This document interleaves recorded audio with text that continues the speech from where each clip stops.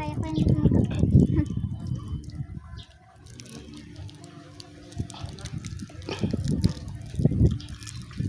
Demolition. May mga ano rin dyan. Ito ang demolition na pinapaganda.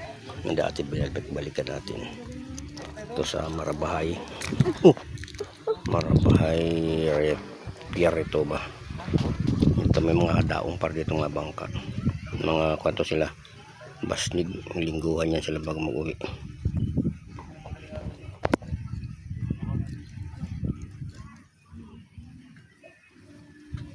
Yan, nag-clearing bako na yan. Floating yan siya. Yan siya nagalubog. Laki na rin ang pinagbago yan. Lahat ay may river control na siya. Pag ito na ayos na talaga, napakaganda na pag kompleto na. Yan ang mga bahay na demolish. Mga bubong na lang natira. Tuloy-tuloy ang pagkisira nila.